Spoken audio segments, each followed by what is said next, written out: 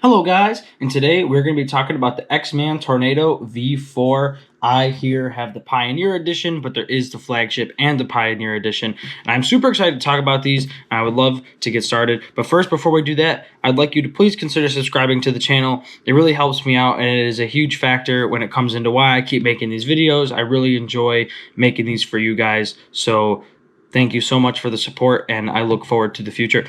Anyways, I want to bust right into this. I want to talk about what it comes with, all of the settings that you can have, and my thoughts on the puzzle. So I'm going to open up this box here. I already have the cube out. I've had this for about a day or two now. So I've had some time to mess with it. And when you open up the box, you're going to get this cool case that comes with it. Magnets hold it shut. Slide the cube in. Boom. Pretty simple stuff there, but it is a pretty cool feature. I like when the cubes come with the hard cases. I think back to the GAN 5x5 that comes with a case like this. Really enjoy it when they make those. You also have the accessories box. Now I have taken some of the manuals out, but when you get this box, it is going to come with like 4 different manuals, and this one I deemed the most important, so I kept it, and I will explain why when we get to the accessories settings on the cube. We also get this nice leather bag. Now this bag is a $3 value, they say, but it is a pretty nice bag. I do like it. I think it's pretty neat. So that's cool. We also get a cleaning cloth. I probably will never use this, but I like that they include it.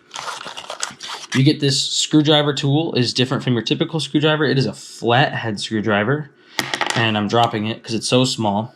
And I'll explain what this is for in a little bit. And another cool thing that this comes with is it comes with a blank center cap to replace the logo if you'd like for blindfold.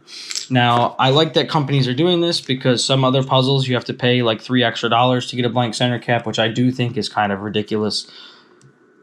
So I like that they're including that. We don't know if we will have need to worry about that because the WSA is thinking about passing a rule that lets you, for blindfolded, use logos that are printed onto the puzzle because they realistically, unless you're cheating, don't make a difference. So now I'd like to talk about the customization settings that this puzzle has. Now this being the Pioneer Edition, it doesn't come with any extra customization settings, but what it does have is a few extra things. It does have these magnets here, these repelling edge magnets. So 2 little ones repel. So as soon as the corner magnet gets to this repelling magnet, it's going to help push it in. It's going to help auto align it, which is super cool. Another thing this has a UV coating, which I like personally. Some people don't, some people do. I personally, again, like I said, enjoy it. This also is maglev because it's the Pioneer Edition, at least to my knowledge. I'm pretty sure it is. That is what the speedcube website said. So I'm not going to take it apart to confirm, but anyways, let's get into some more of these customization settings. And this is why I kept the manual, because if we flip it over to the English side here, there is a lot. This is important. So the screwdriver, that is for the magnet adjustment system. So on this puzzle, your corner magnets are actually adjustable. I'm going to try to get this really close. I don't know if you can see the little slot in there, the little reflection. You can stick this tool inside of that slot and actually twist. You hear those clicks? That is me lowering the magnet strength, and then you can increase the magnet strength by turning it all the way in the other direction. Now, I keep this puzzle at the highest magnet strength. I really like strong magnets. And what I think is cool about it is when you adjust one of 3 magnets on your corner, you adjust all of them at the same time. So you only to adjust the magnets, you only have to do it 8 times instead of 8 times 3, which is 20, instead of 24 times. You know, so that's a pretty cool feature that I really enjoy. What else do we have here? We have a dual adjustment system where we're able to adjust the axis distance and the spring tension at the same time. And as you can see, there's this chart here. There are 25 different combinations because there are 5 of each setting. So I'm gonna pop off a center cap here. We're gonna take a look at this. As you can see, there is this colored spinny dial. And with this spinny dial, you can do 2 things. First off, we can pop up this little piece here. There's a piece on here, we can see that it's popped up. And what we do is if we twist it counterclockwise, we adjust the axis distance. So we go this way, it won't spin the big dial. It'll just change where this hole is. And the number that's in the hole is the number setting they're using. So I just twisted it to 5. I usually keep it on 3. And then if you want to change the spring tension, which I'm maglev, I'm not quite sure how that's supposed to work because there's no springs, but you just twist it clockwise, and that will twist the entire colored dial around. Now the kicker with this is, though, when you adjust that, you have to keep in mind that the number that you're looking at has to line up with this little notch. I don't know if you can see it. There's a little notch right by my fingernail there. That notch, the number that's pointing towards that notch is going to be the number that your spring tension is set to. And I like to keep mine at a nice 3 and 3. That's where I prefer to have it. So that's where I keep it. But there's 25 different combinations for you to try out and use, plus the magnet strength settings. So there's theoretically almost 100 ways that you can customize this puzzle without doing anything to it other than adjusting the settings, which I think is super awesome. It's one of those things that, you know, it makes it usable for almost everybody. Another thing to talk about, the corner cutting is really solid. But with the extra increased auto alignment, you don't necessarily need that corner cutting, which I think is super cool.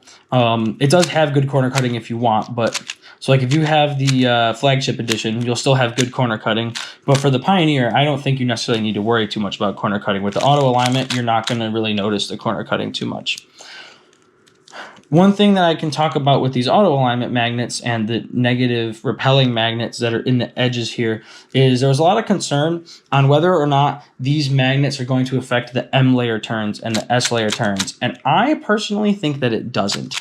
I do not see a difference in the strength required to turn the M layer, personally. What I have noticed, though, is it actually did the opposite for me. Is it helped align the layer better when I'm turning it, because I feel like sometimes, at least for me, when I'm using the M layer, I struggle a little bit to be accurate with it, and this really helps these magnets here. So I personally don't think that these magnets really make that much of a difference when it comes to like the amount of force required to turn it. I do think, however, that it does help the alignment, which helps you make more accurate M and S turns, which is what the magnets were designed to do. Not to mention those magnets are also going to affect how your auto alignment works on your outer layers, and I think that that is very good as well. So those magnets, I think, actually are beneficial, and that is something that time will probably be able to tell us. But another thing I like about this puzzle is it does have a very strong anti-pop and anti-corner twist mechanism.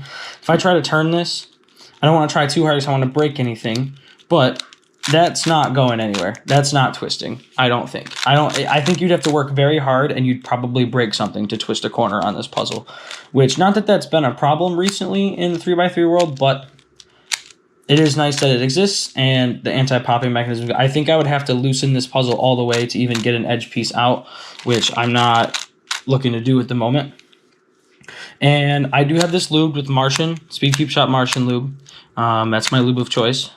And it feels really nice with that lube in there. Obviously, you'd have to lube it the way that you want, but it did respond well to the lubrication job that I did on it. It does come really dry out of the box, so if you're going to open this, make sure you get some lube in the puzzle as quickly as possible. I think that's something worth noting. And, you know, just break that in the best you can, obviously.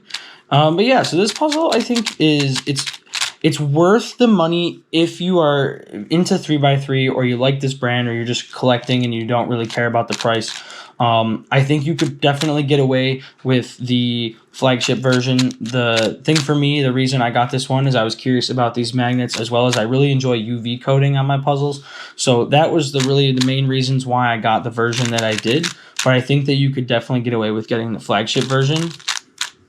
But this does feel stronger and more durable than the V3 does, so that is good.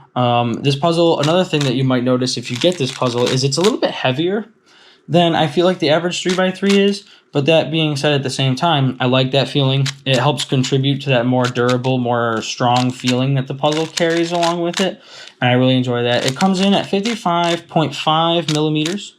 My Guhong is 55 millimeters, but believe it or not, I actually don't feel that 0.5 millimeter when I pick this up compared to when I pick up the Guhong Pro, even though, you know, 1 millimeter makes a huge difference when it comes to 5x5 or something. So that's kind of funky, but the size does not, the extra millimeter or 0.5 millimeter does not, to me, make a difference. I want to say it comes in at 82.1 grams, which I feel like is on the heavier side, but again, I like that feeling. I like that it feels durable. I like that I'm able to, you know, be a little bit abusive with my turning and I don't have to worry about anything weird happening. So that's always nice. I think overall for me, this puzzle gets a 9.5 out of 10. And I think the reason I give it a 9.5 is because nothing's ever perfect. As I continue to work with this, I'm sure I'll find something a little bit that I want to complain about. But overall, I think this puzzle is really solid. I think this is a great cube coming from X-Man. I think it's a great continuation of the Tornado line. And if, like I said, if you're really into 3x3 or you like this line or you like collecting and you don't care about budget, I would go for this puzzle. I do think that these extra magnets in the edges are beneficial, and I do like the UV coating. Not that you can't get coatings applied to the other version, but then you'll end up spending close to the same price anyways, so why not just get this one instead, because it comes with it. So that being said, I think that, you know, if you're in the comments, let me know if you're going to get this puzzle. Let me know if you've already got this puzzle and what you think about it if you did. And again, please consider subscribing. It really helps out the channel, and it really helps motivating me to keep making more videos for you guys to watch. And yeah, so thank you again for all the support you normally have. And again, let me know in the comments what you think about this. And I will see you guys in the next one. Peace.